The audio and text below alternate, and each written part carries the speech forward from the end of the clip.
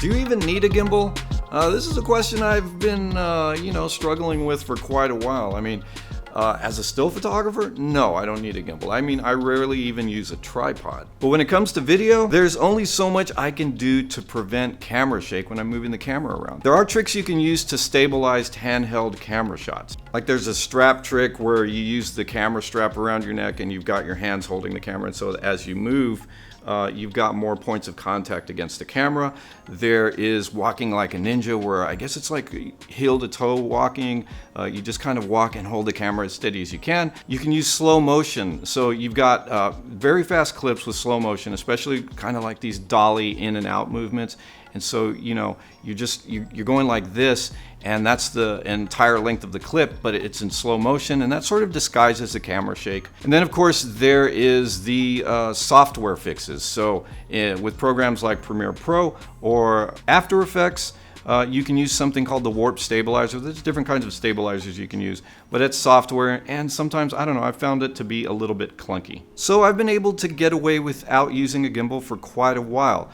But things sort of changed the other day. Something became pretty clear. Now, that intro that you just saw, I would not have been able to do that without the use of a gimbal. I mean, it's possible that I could have come close, but I would have struggled with some of those shots. Without a gimbal or a stabilizer of some sort, you're just not going to get that kind of smooth motion, even with the slow-mo effect that I was using. But the other day, FeiyuTech sent me this guy. This is the AK2000 Gimbal.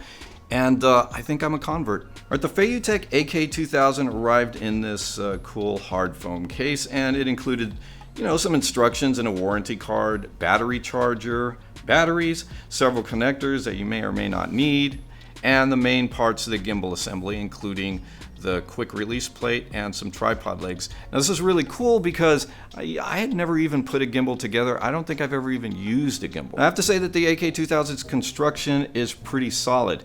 It's got pan, roll, and tilt lock screws so that you can transport it easily without having to rebalance it every time. I found it really easy to set up and balance. It's got this joystick type button right here, so you can move it up and down, side to side. It's also got this multi-function knob, so you can tilt, pan, and roll. And there are ways to control the camera and gimbal with an app.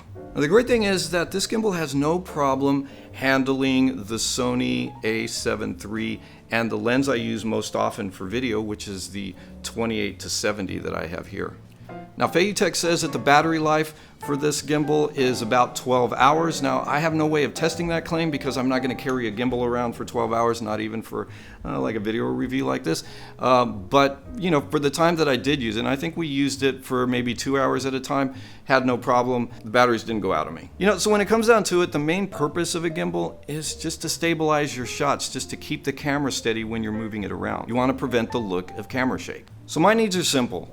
Tracking shots where you follow the person either from behind or in front, dolly shots where you're coming in and out like this,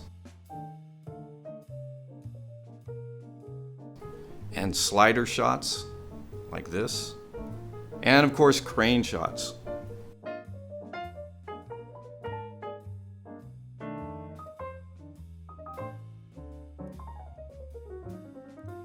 The AK2000 definitely does the job for that kind of thing. There are also ways to program the movements of the camera, and you can control it remotely with the app. The only thing is that I have not been able to connect my phone to this gimbal and the camera for whatever reason. I hear that other people have problems with this, but I haven't been able to connect them up. So I can't really give you my opinions on that, or I'm sure there's a way to do it. I haven't figured it out. If you have figured it out, then you let me know. But as far as the a7 III goes, no, I haven't been able to do it. Now the controls on the menu are pretty easy to use once you get the hang of it, so I like that. Now I did notice that FeiyuTech included a piece of literature with this kit. It references a problem they call the vibration problem. Now this apparently occurs with the AK2000 and the AK4000, which I believe is just a more like a higher powered gimbal that can carry a bigger payload.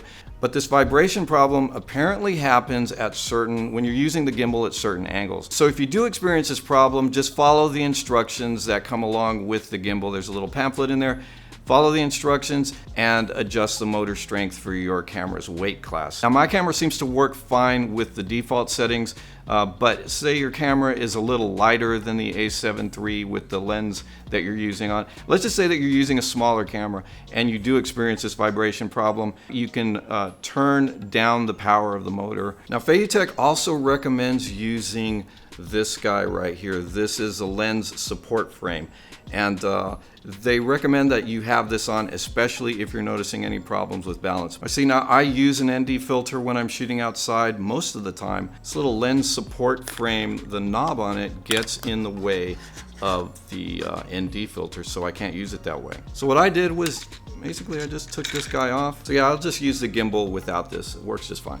Overall, the FeiyuTech AK2000 works for me. It gets the job done for those smooth, stabilized shots. It feels solid, and I gotta tell you, I do like the price. Hey guys, if you'd like some more information about the FeiyuTech AK2000, I'll put a link to that in the description down below. That's about it for today. See you next time.